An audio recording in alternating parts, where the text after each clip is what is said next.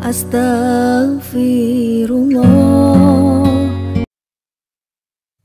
Nikmat di atas sunnah Rasul dan nikmat-nikmat yang lainnya, terutama nikmat di pagi hari ini kita bisa bertolabul ilmi di radio yang kita cintai ini, Radio Hang FM. Semoga di pagi hari ini Allah Subhanahu wa Ta'ala membukakan hati, mata dan telinga kita agar mudah mendapatkan hidayah Allah Tabaraka wa Ta'ala. Salawat dan salam kita aturkan kepada Rasul kita demi keberkahan majlis di pagi hari ini. Allahumma salli ala Muhammad wa ala alihi wa sahbihi wa man sara ala nahji ila yaumiddin. Ma'asyiral muslimin, para pendengar dan juga para pemirsa dimanapun Anda berada, tema di pagi hari ini kita akan mencoba mengangkat sebuah kisah singkat karena juga waktu yang pendek tentang seorang sosok khalifah yang sangat adil, Harun ar-Rasyid, seorang khalifah yang sangat masyhur dari khalifah-khalifah Bani Abbasiyah. Ma'asyiral muslimin yang dimuliakan Allah Subhanahu wa Ta'ala, kita tahu bahwa Harun ar-Rasyid nasabnya sampai kepada seorang sahabat yang disebut dengan Turjumanul Quran. Siapa lagi kalau bukan Abdullah Ibnu Abbas, sepupu dari Nabi Sallallahu Alaihi Wasallam, putra Abbas Ibn Abdul Muttalib. Dan kita tahu semuanya bagaimana biografi Abdullah bin Abbas, seorang sahabat Nabi Sallallahu Alaihi Wasallam yang sangat pakar dalam ilmu tafsir, sehingga dia mendapatkan julukan Turjumanul Quran. Tentu berkat doa Nabi Sallallahu Alaihi Wasallam, Allahumma faqihu fid din wa 'allimhu ta'wila.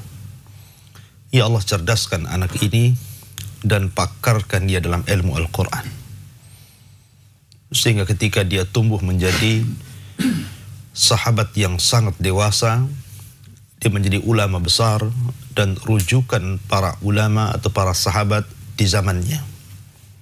Dialah Abdullah ibn Abbas radhiyallahu an. Dari antara keturunan Abdullah ibn Abbas radhiyallahu anhuma adalah seorang khalifah yang sangat adil, yang sangat masyhur dari khalifah-khalifah Abbasiyah. Bahkan banyak buku-buku barat menceritakan tentang khalifah ini, saking terkenalnya Harun ar-Rasyid rahimahullahu ta'ala. Ma'asyiral muslimin yang dimuliakan Allah Subhanahu wa Ta'ala, kita tahu bahwa Harun ar-Rasyid besar di rumah penguasa Abbasiyah.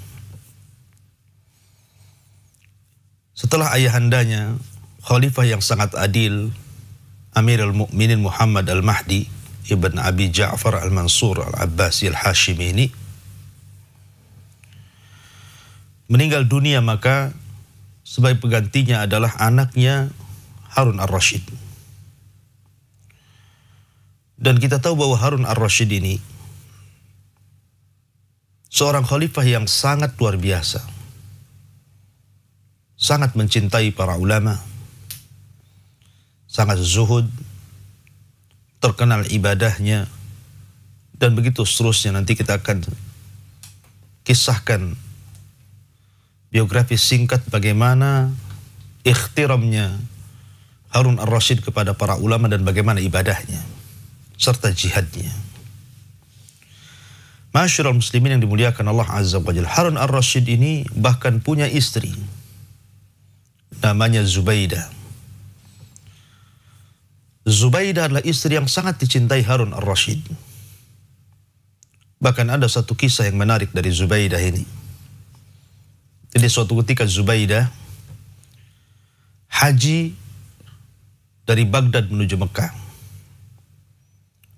Karena kala itu Mekah tidak sebagaimana hari ini, mudah mendapatkan air zam-zam dimanapun Anda berada. Sehingga jamaah haji tidak mungkin kehausan. Berbeda di zaman itu, air sangat sulit. Sehingga banyak jamaah haji itu yang kehausan, bahkan sampai meninggal karena kehausan. Ketika melihat fenomena seperti itu, maka Zubaidah pun meminta izin kepada suaminya Harun ar-Rasyid untuk membuat mata air supaya jemaah haji dimanapun berada di sekitar Mekah, mereka bisa minum dan bisa tenang saat melaksanakan haji. Maka Harun ar-Rasyid pun mengizinkan Zubaidah untuk membuat mata air dari uangnya sendiri. Dibuatlah mata air yang terbentang dari Mina sampai ke Mekah. Sehingga orang-orang Arab sampai hari ini menyebutnya sebagai Ainu Zubaidah, mata airnya Zubaidah. Subhanallah. Kita tahu bahwa di zaman Bani Israel ada seorang wanita pelacur memberi minum seekor anjing yang kehausan. Karena keikhlasannya, Allah Subhanahu wa ta'ala masukkan wanita pelacur itu ke dalam surga. Itu di zaman Bani Israel. Seorang wanita pelacur memberi minum seekor anjing yang najis, masuk surga. Maka apa yang dilakukan oleh Zubaidah, istri daripada Harun ar-Rasyid, tentu lebih dibandingkan seorang wanita pelacur yang memberi minum seekor anjing. Karena yang diberi minum Zubaidah bukan binatang, tapi orang-orang yang sedang ibadah. Ribuan jamaah haji yang sedang ruku, sujud, berdoa kepada Allah Azza wa Jal, itu yang diberi minum oleh Zubaidah, zaujatu Harun ar-Rasyid. Mulianya akhlak beliau. Akan tapi ikhwatu fiddin yang dimuliakan Allah Subhanahu wa ta'ala, meskipun demikian, ada pelajaran yang sangat berharga dari Zubaidah ini. Ketika Zubaidah menjelang wafatnya, dia bermimpi dipanggil oleh Allah Subhanahu wa ta'ala. Kemudian setelah itu ditanyakan kepada Zubaidah, "Ma fa'alallahu biki ya Zubaidah?" Apa yang Allah Subhanahu wa ta'ala lakukan untukmu wahai Zubaidah? Maka Zubaidah mengatakan, "Ghafarali Rabbi." Rabbku telah mengampuni diriku.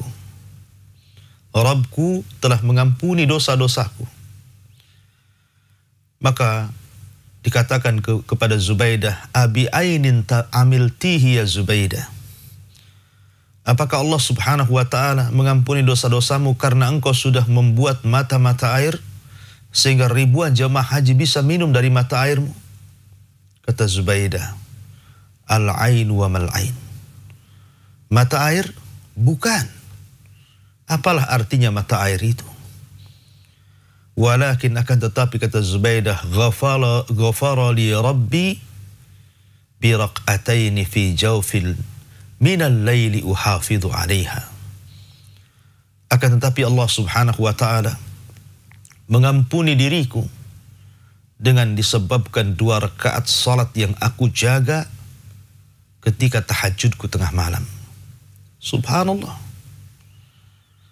Terkadang orang mengira amalan yang besar, perbuatan yang sangat besar, yang bisa dikisahkan manusia sebagai sejarah setelahnya, itulah amalan yang bisa mengangkat seseorang. Tapi rupanya bagi Zubaidah, justru amalan yang remeh, amalan yang setiap orang bisa melakukannya, itu pula yang menjadikan Zubaidah diampuni dosa-dosanya. Dengan 2 rakaat, siapa yang tidak bisa melaksanakan 2 rakaat tengah malam? Akan tapi berinfak miliar-miliar untuk membuat mata air, tidak semua orang bisa.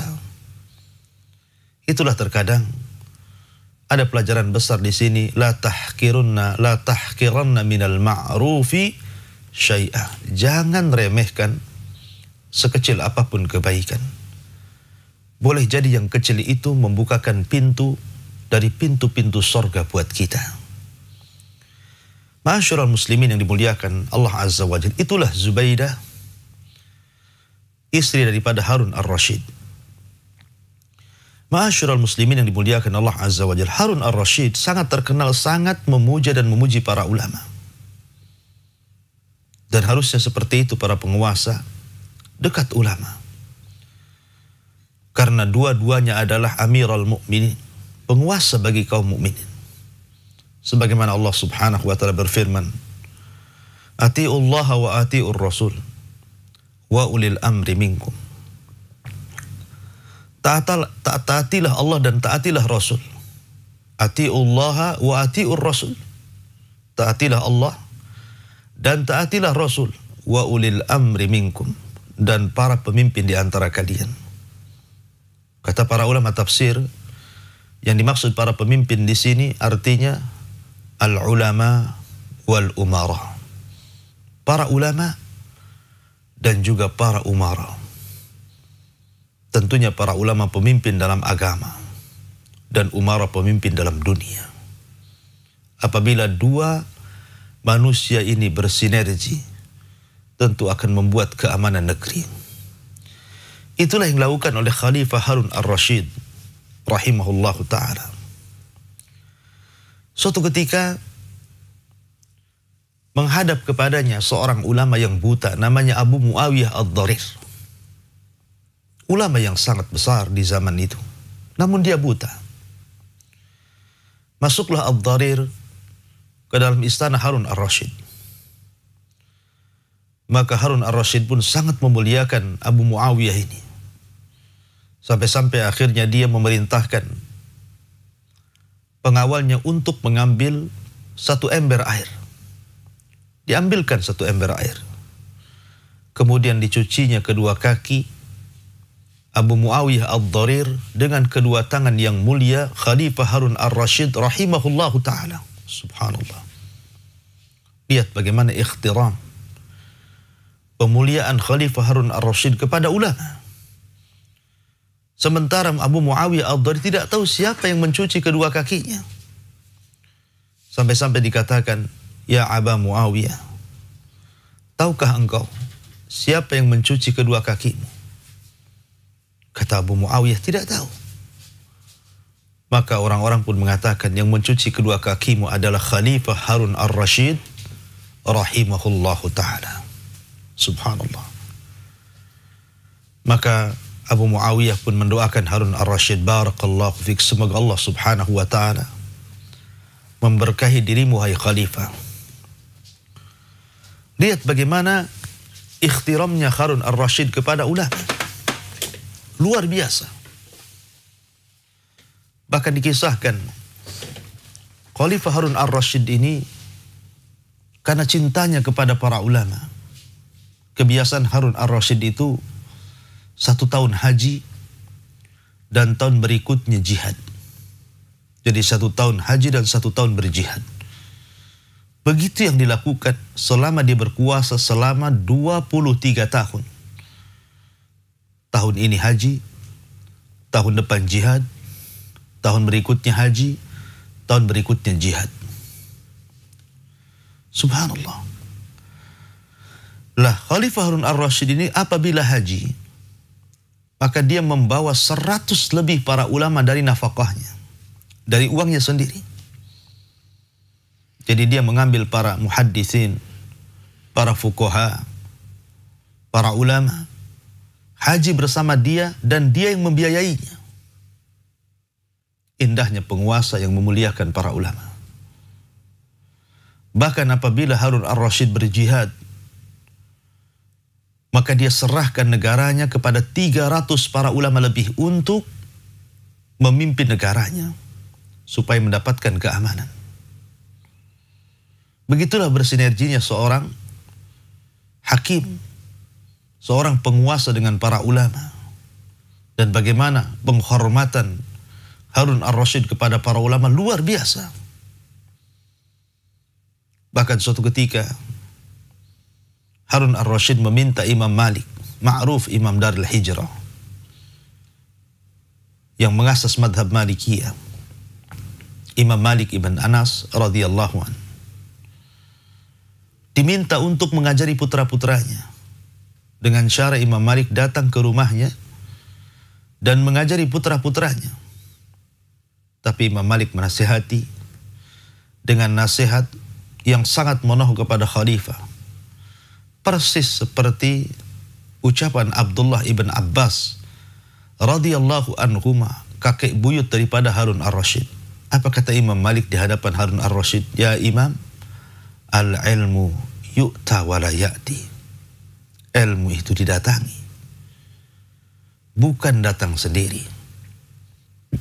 Maka setelah itu Harun ar-Rasyid meminta majelis khusus kepada Imam Malik dengan tidak mendatangi Imam Malik, tapi dia yang mendatangi Imam Malik. Karena ikhtirah, memuliakan ilmu dan para ulama. Makanya tidak benar kalau Anda membaca sebuah majalah atau yang tersebar di beberapa YouTube dan internet, orang-orang yang hendak menjelek-jelekan Khalifah Harun ar-Rasyid dengan ceritakan dia khalifah yang sangat zalim, dia khalifah yang suka menghambur-hamburkan hartanya, mabuk-mabukan dan main perempuan. Itu tidak benar sama sekali. Harun ar-Rasyid adalah seorang khalifah yang sangat saleh.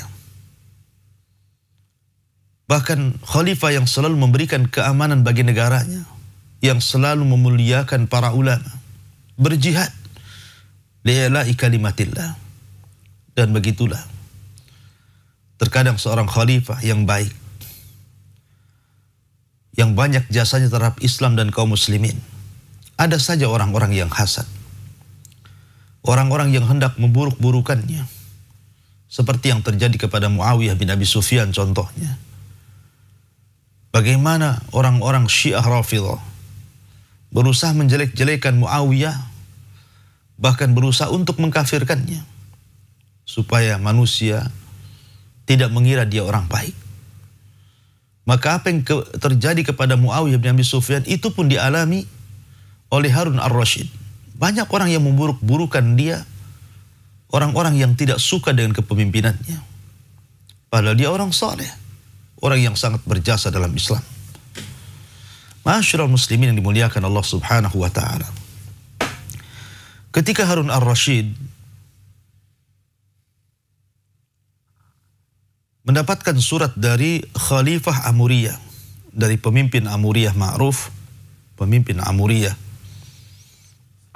yang ketika itu sebelum Khalifah Nakfur namanya, Khalifah Nakfur dipimpin oleh seorang wanita. Sebelum wafatnya Khalifah wanita tersebut. Jadi suatu ketika kita tahu bahwa Khalifah sebelum Nakfur selalu memberikan jizyah, upeti kepada kekhilafahan Abbasiyah di Baghdad. Karena kita tahu dalam Islam, sebagaimana Nabi SAW memerintahkan para sahabatnya apabila berjihad untuk mengajak mereka masuk ke dalam Islam. Kalau mereka mau masuk Islam, maka mereka saudara kita. Akan tapi kalau mereka menolak Islam, maka mereka harus membayar jizyah. Wa an yu'tul jizyata ayyadi wa hum saghirun. Sebagaimana Allah Subhanahu wa taala berfirman, hendaklah mereka memberikan jizyah upeti, tanda kerendahan mereka kepada kaum muslimin. Lah khalifah sebelum Nakfur, Khalifatul Rum yang menguasai Amuriyah kala itu, selalu memberikan jizyah kepada Khalifah Harun ar-Rasyid.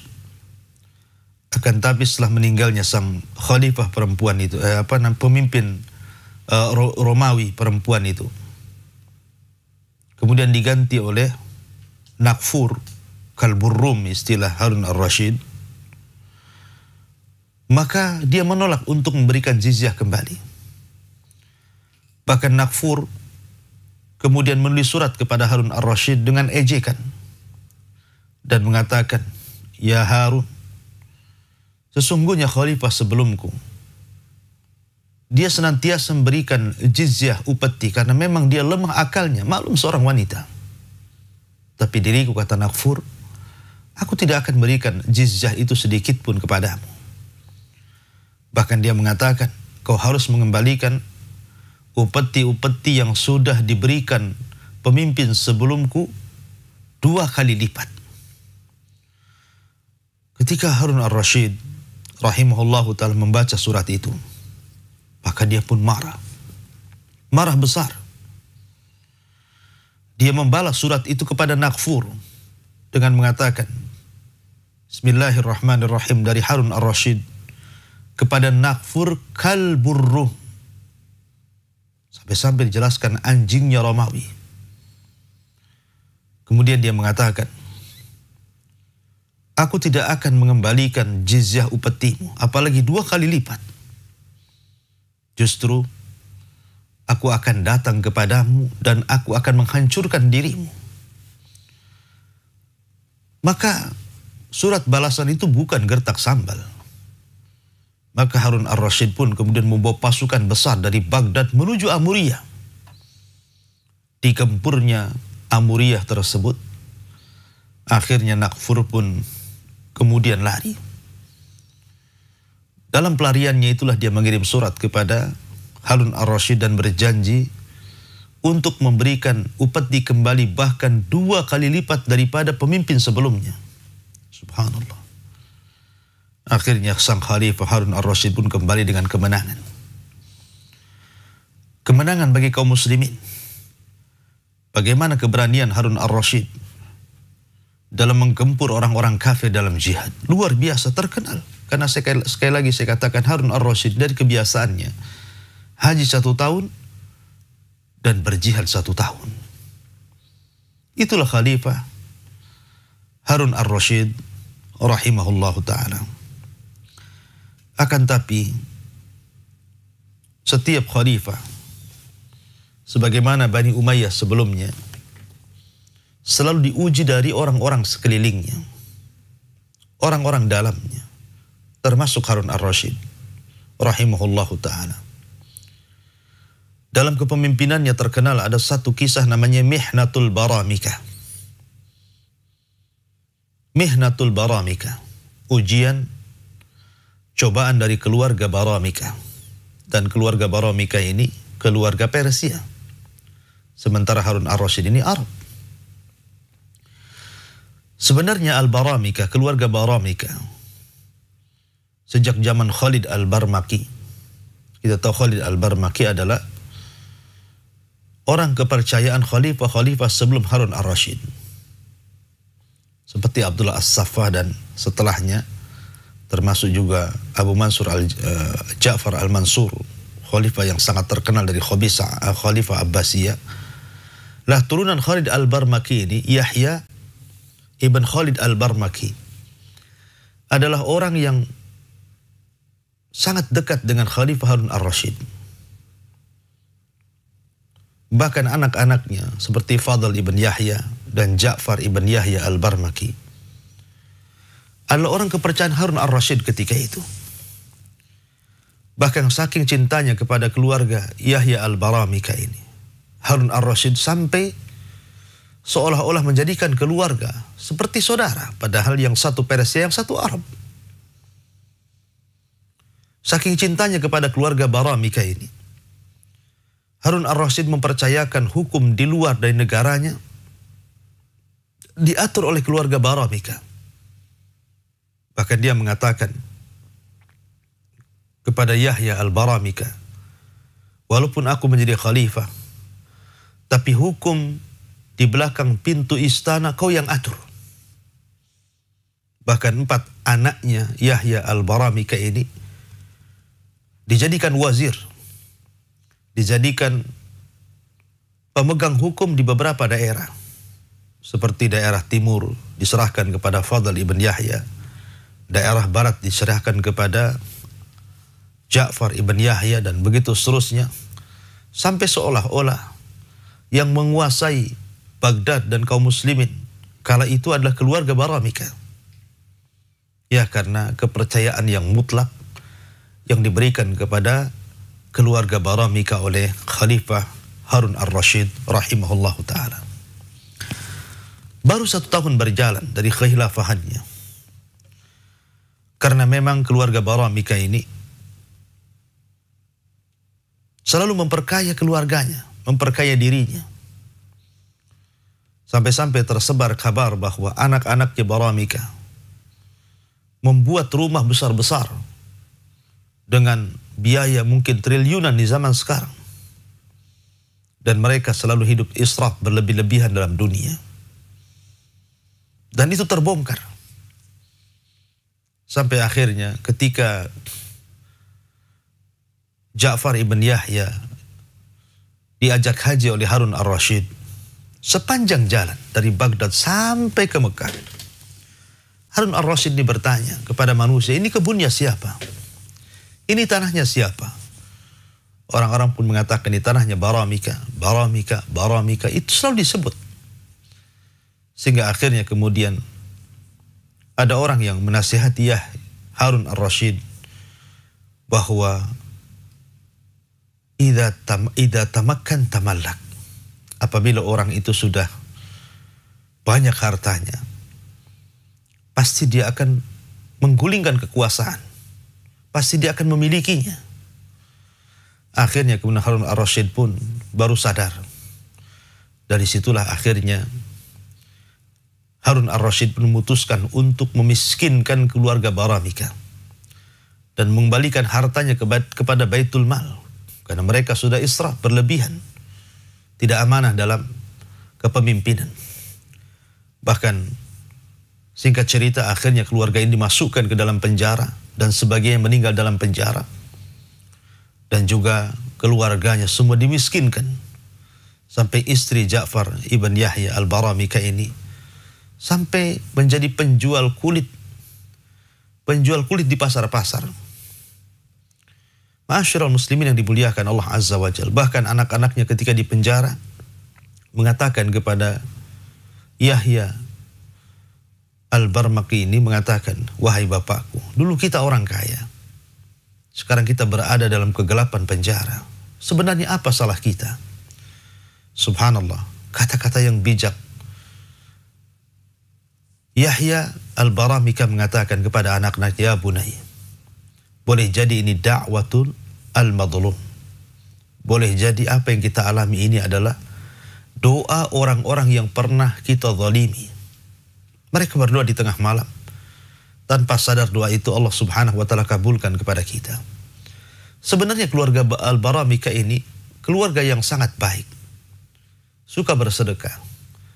Akan tapi karena israf, ketika seorang dikuasai oleh harta, maka Allah subhanahu wa ta'ala berfirman, فَأَمَّا مَنْ أَعْطَى وَاتَّقَى كَلَّا إِنَّ الْإِنسَانَ لَا يَطْغَى أَنْ رَآهُ اسْتَغْنَى. Terkadang manusia itu mudah melampaui batas apabila Allah subhanahu wa ta'ala memberikan kekayaan kepadanya. Begitulah fitnah Baramika terhadap Khalifah Harun ar-Rasyid. Ma'asyiral muslimin yang dimuliakan Allah subhanahu wa ta'ala, kita tahu Harun ar-Rasyid memiliki banyak anak dan memiliki beberapa istri. Satu istrinya daripada Arab yang bernama Zubaidah tadi. Kemudian ada juga budaknya dari Persia. Lah dari istrinya lahirlah Al-Amin, Muhammad Al-Amin, dan dari budak Persianya lahirlah Abdullah Al-Ma'mun. Lah ketika Khalifah Harun ar-Rasyid ini sudah tua, maka sebelum wafatnya berwasiat kepada dua putranya untuk membagi wilayah. Bahwa khalifah tetap dipegang oleh Muhammad Al-Amin karena dia anak sahnya dari keturunan Arab. Adapun Abdullah Al-Ma'mun adalah dari budaknya Persia. Setelah kemudian Allah subhanahu wa ta'ala wafatkan Khalifah Harun ar-Rasyid, maka betul-betul hukum dipegang Muhammad Al-Amin dan juga Abdullah Al-Ma'mun. Tetapi menjadi khalifah adalah Muhammad Al-Amin. Akan tetapi ketika wilayah yang dikuasakan kepada Abdullah Al-Ma'mun lebih besar, lebih banyak penghasilan dibandingkan Muhammad Al-Amin, maka datanglah para penghasut untuk mengadu domba keduanya. Sehingga ketika itu Muhammad Al-Amin menghendaki Abdullah Al-Ma'mun ini dicopot dari jabatannya. Tetapi ketika itu Abdullah Al-Ma'mun atau dikenal dengan Al-Ma'mun tidak mau. Justru mempersiapkan pasukan besar. Akhirnya menyerang Baghdad dan berakhir dengan terbunuhnya Muhammad Al-Amin. Maka ketika itu yang berkuasa adalah Khalifah Al-Ma'mun dengan kecerdasannya. Khalifah Al-Ma'mun. Akan tapi kesalahan Khalifah Al-Ma'mun ini, penerus daripada Harun Ar-Rasyid, dekat dengan atau memiliki guru Abu Hudzaifah Al-Khudali, seorang berakidah Mu'tazilah yang kemudian didekatkan kepadanya Bishr Al-Murrisi, Ahmad bin Abi Du'ab, dan juga banyak tokoh-tokoh Mu'tazilah yang mendekati Khalifah Al-Ma'mun yang sebelumnya tidak terjadi di zaman Khalifah Harun Ar-Rasyid. Mereka ada tetapi bersembunyi. Karena kita tahu bahwa Harun Ar-Rasyid itu ayahandanya orang yang tidak suka dengan orang-orang yang zindik, orang-orang munafik. Bahkan apabila tertangkap, maka dibunuh oleh Harun Ar-Rasyid ini. Ingat salah satu kisah ketika ada pemalsu hadis di zaman Harun Ar-Rasyid. Jadi ada orang yang ketahuan memalsukan hadis, ditangkapnya oleh Harun Ar-Rasyid. Kemudian Harun Ar-Rasyid pun mengeksekusi orang yang memalsukan hadis ini dengan eksekusi mati. Sampai-sampai pemalsu hadis ini mengatakan kepada Harun Ar-Rasyid, "Ya Harun Ar-Rasyid, ya Khalifah, engkau membunuh diriku hanya karena 2 atau 3 hadis yang kupalsukan. Wahai Khalifah, sesungguhnya bukan 2 atau 3 hadis yang kupalsukan, akan tetapi 2000 hadis sudah kupalsukan." Maka Khalifah Harun Ar-Rasyid mengatakan, walaupun 2000 hadis, sesungguhnya aku memiliki Abdullah ibnu Mubarak. Kemudian dia menyebutkan beberapa ulama selain Abdullah ibnu Mubarak dan mengatakan merekalah yang akan membersihkan hadis-hadis yang kau buat dari hadis-hadis Nabi SAW. Subhanallah. Itulah ketegasan Harun Ar-Rasyid. Akan tapi putranya Abdullah Al-Ma'mun atau dikenal dengan Khalifah Ma'mun justru menjadikan pengas Daulah Abbasiyah menjadi Daulah Mu'tazilah. Yang dikenal akhirnya dalam sejarah pemahaman Mu'tazilah ini menguasai Baghdad dan Khalifah Ma'mun memaksakan orang untuk berakidah Mu'tazilah sampai kepada kisah tentang mihnah khalqil Quran. Bagaimana Al-Quran dikatakan makhluk dan di zaman inilah para ulama tersiksa hidupnya. Banyak yang ditangkap, dipenjara, dibunuh. Salah satunya Imam Ahmad ibn Hanbal, Muhammad ibn Nuh, Nu'aim ibn Hammad, Muhammad ibn Nasir, dan begitu seterusnya. Banyak para ulama yang kemudian mereka harus tiarap, terpaksa mengatakan Al-Quran makhluk karena takut ditangkap. Ada yang berani seperti Imam Ahmad. Ada yang akhirnya terbunuh seperti Nu'aim ibn Hammad, harus meninggal di penjara, tidak disolatkan, tidak dikafankan. Dan Muhammad ibn Nuh harus meninggal saat diseret dengan borgolnya. Banyak fitnah di zaman Khalifah Ma'mun.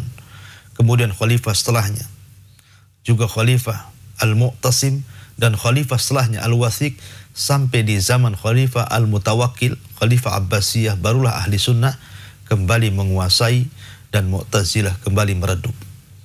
Ma'asyiral muslimin yang dimuliakan Allah Azza wa Jalla, itulah sejarah singkat dari Khalifah Harun Ar-Rasyid. Mudah-mudahan ada manfaatnya karena juga waktu. Saya kembalikan kepada moderator, falyatafaddal mashkura. Jazakallah khair Ustaz atas materi yang sudah disampaikan di kesempatan berkah pagi kali ini. Semoga kita semuanya, kaum muslimin dan muslimat, para pendengar dan pemirsa, bisa mengambil manfaat dari apa yang sudah disampaikan oleh Al-Ustaz. Baik, jika Anda ingin bertanya, disilahkan. Anda bisa menghubungi kami di 0811 7006 106 atau bisa mengirimkan pertanyaan ke 081 803 106 106. Baik Ustaz, ada pertanyaan yang masuk dari Nagoya nih, dari Amir di Nagoya nih Ustaz. Assalamualaikum Ustaz. Waalaikumsalam. Apa ganjaran bagi mereka yang suka hasad kepada orang lain ya Ustaz? Terima kasih Ustaz. Ya, alhamdulillah. Hasad ini penyakit yang sangat berbahaya. Penyakit yang pertama terjadi di langit, bahkan penyakit yang pertama terjadi di bumi. Adapun di langit hasadnya iblis kepada Adam sehingga tidak mau sujud karena perintah Allah Azza wa Jalla.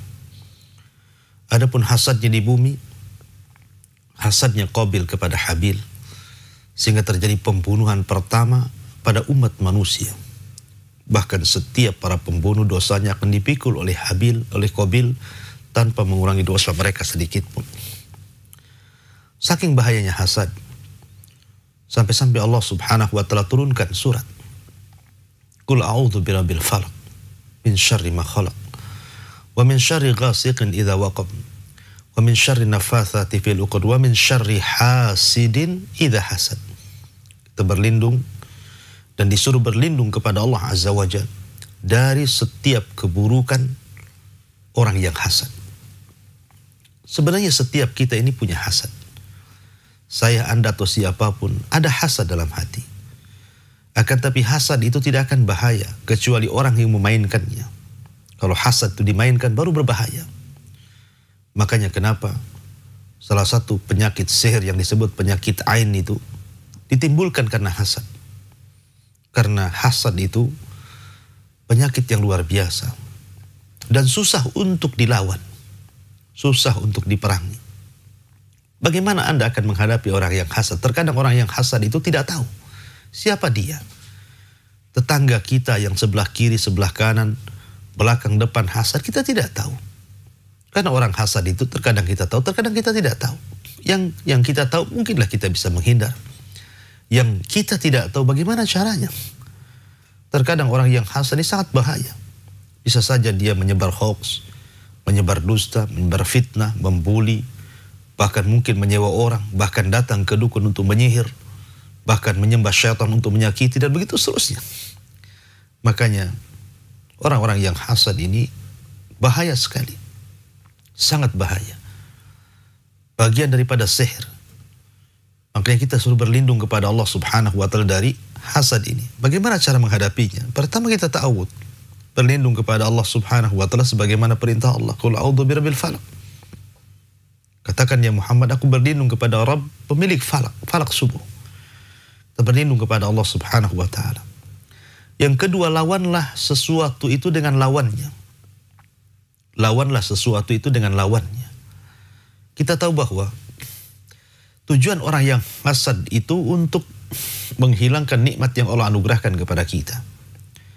Seperti kita dianugerahkan rumah, dianugerahkan kendaraan, istri, anak-anak, suami, kekayaan. Terkadang ada orang yang hasad kepada kita. Maka lawanlah hasad itu dengan lawannya. Ketika hasad ingin menghilangkan, maka kita berdoa dengan keberkahan. Setiap Anda memiliki rumah baru, doakan keberkahan. Ya Allah, berkahilah rumah saya. Berkahilah kendaraan saya, berkahilah anak-anak saya, berkahilah dengan keluarga saya. Supaya ketika orang itu niat untuk menghilangkan nikmat, maka kita berdoa untuk supaya ditambah nikmat. Karena berkah itu menambah nikmat. Maka lawanlah dengan lawannya. Ya. Kemudian yang ketiga, berusaha untuk berbuat baik kepada orang yang hasad. Kalau kita tahu dia hasad kepada kita, maka berusaha kita bersedekah kepada dia. Karena hakikatnya orang hasad itu, mereka fakir. Sekaya apapun mereka, mereka fakir. Karena hendak menghilangkan nikmat orang, supaya nikmat itu beralih kepada dia. Berarti dia masih fakir. Maka sedekahlah. Berikan hadiah kepada mereka. Dan doakan supaya mereka mendapatkan hidayah Allah Subhanahu wa ta'ala. Karena bagaimanapun hasad itu penyakit iblis. Dan penyakit orang-orang fasik seperti Qabil dan juga yang lainnya. Karena bagaimanapun terhalangnya hidayah itu karena hasad. Lihat Abu Jahal, Fir'aunnya umat ini. Kenapa tidak mau masuk kepada agama Rasulullah SAW? Karena hasad. Ya. Dia dalam hatinya mengimani, bahkan meyakini agama yang paling benar Rasul SAW. Tapi karena hasadnya terhalang hidayah Islam. Akhirnya Abu Jahal mati kafir. Padahal dia salah satu orang yang didoakan Nabi SAW untuk memuliakan Islam.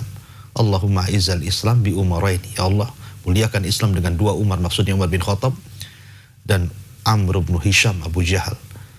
Tapi hasad menghalangi Amr bin Hisham atau Abu Jahal untuk mendapatkan hidayah dan masuk dalam Islam. Wallahu a'lam. Syukran Ustaz atas penjelasannya. Demikian untuk penanya Amir di Nagoya. Semoga bermanfaat apa yang sudah dijelaskan oleh Ustaz, juga bagi pendengar dan pemirsa yang lainnya. Sudah masuk juga WhatsApp dari Ibu Imah di Batam. Assalamualaikum Ustaz. Waalaikumsalam. Mohon nasihatnya kepada kami yang baru hijrah agar istiqomah di zaman yang penuh fitnah ini, Ustaz. Alhamdulillah. Nabi SAW bersabda, "Inna mi waraikum ayyamal sabri." Sesungguhnya di belakang kalian, kata Rasul, artinya jauh setelah zaman Nabi, zaman para sahabat, zaman para tabi'in, zaman para tabi'ut tabi'in, sampai kepada kita akan ada hari-hari kesabaran.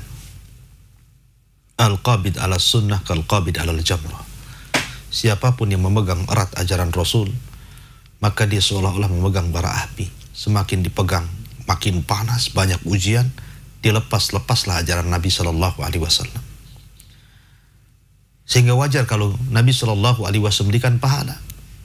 Orang-orang yang beramal di tengah-tengah fitnah, maka akan diberikan pahala 50 sahabat yang beramal dengan amalan yang sama yang kita lakukan di zaman fitnah.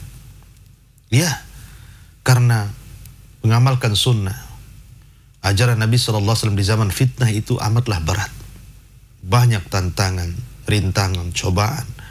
Seperti yang dikatakan Waraqah ibn Naufal kepada Nabi SAW, apapun atau siapapun yang membawa apa yang kau bawa, ya Muhammad, illa udhi, pasti akan diuji. Dalam riwayat, illa udhi, pasti akan disakiti. Entah dengan lisan orang lain, memfitnah, membuli, menuduh. Mungkin dengan fisik orang lain, memukul, mengusir, dan begitu seterusnya. Oleh karena itulah maka istiqamah di zaman fitnah ini sangat penting. Bagaimana caranya? Pertama, berdoa kepada Allah Subhanahu wa ta'ala, ya muqallibal qulub, tsabbit qalbi ala dinik. Yang membolak-balikan hati kita adalah Allah. Makanya kita berdoa kepada Allah, wa idzat yang membolak-balikan hati, tetapkan hatiku di atas agamamu, di atas ketaatan kepadamu. Doa itu silahul mu'min, senjatanya orang Islam. Maka berdoalah kepada Allah supaya kita istiqomah di zaman fitnah. Yang kedua, carilah lingkungan. Al-mar'u ala dini khalili. Seorang itu tergantung agama kawannya. Semakin baik lingkungan, maka semakin bisa merubah kondisi kita. Semakin buruk lingkungan, maka akan mudah kita futur. Oleh karena itu cari lingkungan. Termasuk di dalamnya adalah cari pertemanan yang baik. Cari teman yang baik. Karena teman yang baik itu bagikan penjual minyak wangi. Walaupun kita tidak membelinya, maka kita akan terciprati baunya. Maka cari lingkungan yang baik, perumahan yang baik, daerah yang baik, yang dekat dengan pesantren, dekat dengan masjid, dekat dengan orang-orang yang seakidah gitu ya. Kemudian cari teman yang baik. Karena teman itu akan mempengaruhi seseorang. Ya, karena ada istilah orang Arab mengatakan as-sahib as-sahib. As-sahibus sahib. Kawan itu menyeret. Jadi pertemanan itu bisa menyeret. Terkadang kepada yang baik, terkadang kepada yang buruk. Kemudian yang ketiga, berusaha untuk beramal soleh. Istiqomah artinya walaupun amalan itu kecil, tetapi dengan cara istiqomah jauh lebih besar dibandingkan amalan besar tapi tidak istiqomah. Jadi kalau kita baru mendapatkan hidayah, kemudian Anda mendapatkan satu amalan, 1-2 buah hadis, Anda dengar, kalau Anda bisa amalkan, amalkan. Ya. Amalkan, istiqomahlah. Makanya ada istilah khairul a'mal adwamuha wa in qalla. Sebaik-baik amal itu yang istiqomah walaupun sedikit. Kemudian yang keempat, kata para ulama, senantiasa jangan lepaskan majelis ilmu. Anda hadirlah di majelis-majelis ta'lim yang mengajarkan halal dan haram. Biasakan mendengar YouTube ataupun media-media dakwah, ya, dan usahakan jangan melihat yang lainnya. Jangan dihobikan dengan musik, jangan dihobikan dengan sinetron, dengan film-film, dengan yang lainnya. Tapi cobalah hobikan dengan ilmu. Apabila membuka medsos, maka carilah ustadz-ustadz yang mendakwahkan kepada sunnah Nabi SAW, kepada Al-Quran dan sunnah, kepada orang-orang yang memahamkan kepada pemahaman salaful ummah. Ya, cari mereka, setel tiap hari, supaya kita tidak futur. Karena dulu di zaman Rasul ada seorang sahabat namanya Handalah, ghasilul malaika. Dia pernah mengadu kepada Abu Bakar Siddiq radhiyallahu dan mengatakan, wahai Abu Bakar, aku kalau ada di majelis Nabi, seolah-olah surga dan neraka berada di kedua pelupuk mataku. Tapi kalau aku tinggalkan majelis Nabi, seolah-olah itu hanya dongeng belaka di benakku. Maka Handalah mengatakan, apakah aku ini seorang munafik, wahai Abu Bakar? Maka Abu Bakar kemudian datang kepada Rasul dengan Handalah menanyakan perkara itu. Dan Rasul memberikan nasihat kepada Handalah, walakin ya Handalah sa'atan. Akan tapi wahai Handalah, tolonglah sesaat kau berada di majelis ilmu, sesaat kau sibukkan dengan dunia. Sesaat kau berada di majelis ilmu, sesaat kau sibukkan dengan dunia. Jadi jangan lupakan ilmu, karena itu yang menjadikan jalan istiqamah. Kemudian juga yang terakhir, jangan lupa selain daripada ilmu, berusaha untuk mengamalkan ilmu dan bersabar. Itu yang paling penting. Sebagaimana Allah Subhanahu wa taala berfirman, wal asri innal insana lafi khusrin illa alladziina amanu wa 'amilus shalihat wa tawassaw bil haqqi wa tawassaw bis sabr. Ilmu, amal, dakwah dan sabar. Wallahu a'lam bishawab.